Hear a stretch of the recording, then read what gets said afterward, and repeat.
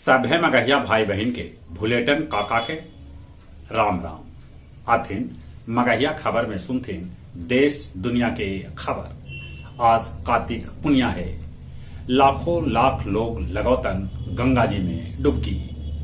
आर्थिक रूप से कमजोर सामान्य वर्ग के भेटाइत रहत 10% आरक्षण ऐसा सुप्रीम कोर्ट कहलन। आज देखल जाए बच्छर के अंतिम चंद्र ग्रहण। गुरु नानक देव के 553वां प्रकाश पर्व धूमधाम से मनावल गेल। गंडक दियारा में मुठभेड़ में मारल गेल दारू तस्कर जाटा यादव।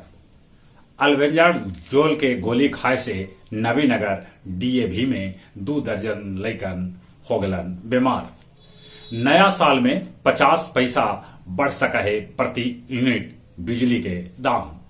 सुप्रीम कोर्ट कहलका कि झारखंड के सीएम हेमंत सोरेन के खिलाफ याचिका सुनवाई के लायक न है।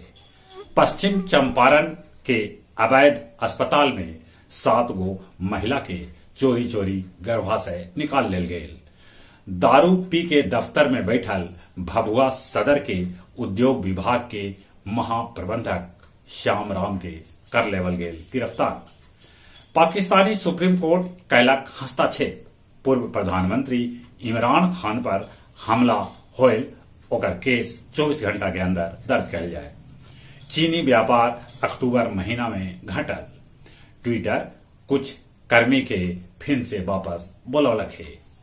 गया जी में डायल 112 में तैनात औरंगाबाद के महिला सिपाही फंदा से झूल के दिलक अपन जान। 2 दिन गया शहर में पानी सप्लाई हो सका है बाधित हुए पानी के किल्लत। गया जी में 15 नवंबर से धान के खरीद कैल जाए। अब कुछ खेल के समाचार। विराट कोहली पहल बेर मां के श्रेष्ठ खिलाड़ी बनलन। इंग्लैंड के खिलाफ सेमीफाइनल में खेल सकत ऋषभ पंत।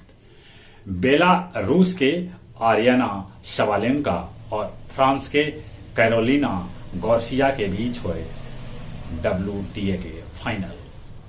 चलिए एक बार फिर से अपने सभी के भुलेटन काका के राम राम।